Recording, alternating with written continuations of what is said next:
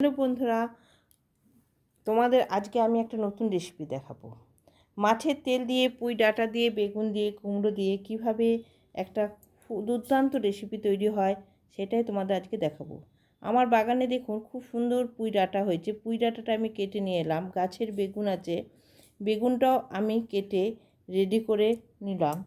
আমার বাড়িতে কুমড়ো, আলু, বেগুন সব কিছু আছে রেডি করে না। মাছের তেল বাজার থেকে নিয়ে এসেছে। অল্প পরিমাণ আমি কুমড়ো দেব, দুটো বেগুন দেব, একটা দুটো আলু দেব, দুটো পেঁয়াজ দেব।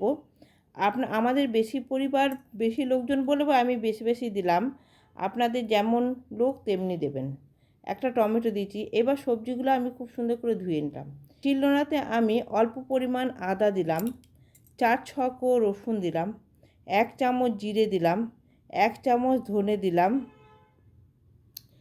1 চামচ সর্ষে দিলাম, 4টে শুকনো লঙ্কা দিলাম। আপনারা যেমন ঝাল খাবেন অমনি ঝাল দেবেন। এবার আমি মশলাটা বেটে রেডি করে নিলাম।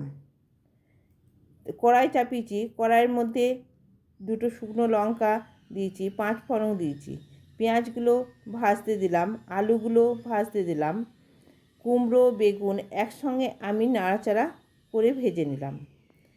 এর মধ্যে আমি দেব মাছের তেল ও টমেটো। সেগুলো খুব সুন্দর করে আমি নাড়তে থাকবো একসঙ্গে। এবার আমি 2 চামচ হলুদ দিলাম, মশলাটা দিয়ে দিলাম। যেহেতু লঙ্কা ওর মধ্যে বেটেছি, ওই জন্য আমি লঙ্কা গুঁড়ো আর দিলাম না, আপনারা চাইলে দিতে পারেন। চিনি দিলাম। এবার আমি পুঁই ডাঁটাগুলো দিয়ে দিলাম, আন্দাজ মতো নুন দিলাম। এবার জল দিয়ে নাড়াচাড়া করে আমি ঢাকা দিয়ে রাখলাম। এবার আমার ঢাকা খুলে দেখতে হবে সবজিগুলো সেদ্ধ হয়েছে কিনা। দেখুন আমার সবজিগুলো সব সেদ্ধ হয়ে গেছে। আমার সবজি রেডিও হয়ে গেছে। খুব সুন্দর গন্ধ বেরিয়েছে। আপনারা একবার অবশ্যই বানিয়ে খাবেন।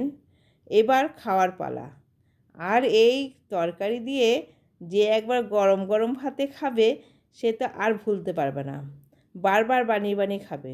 আপনারা অবশ্যই বাড়িতে বানাবেন এবং জানাবেন কেমন হয়েছে এই রেসিপিটি।